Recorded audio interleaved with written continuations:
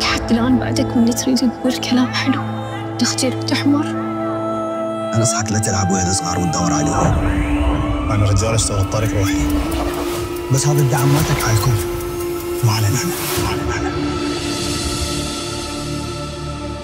إذا تريد تدور دور على الكبار، قصدي دور على الحوت الكبير. السياسة لها خصوصيتها وما تقدر تقنع العالم كله. هذا عاصم وابنه الجرو والصغر الإمامي. أعتقد جو الصداقة والشفافية اللي حكيتوا عنه تحول إلى محاكمة. دلوقتي تخربين حيلتك، اللي يهمك هو نعمة وبس.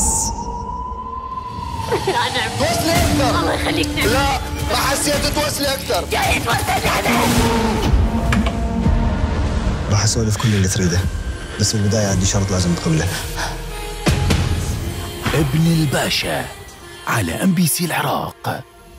رمضان يجمعنا.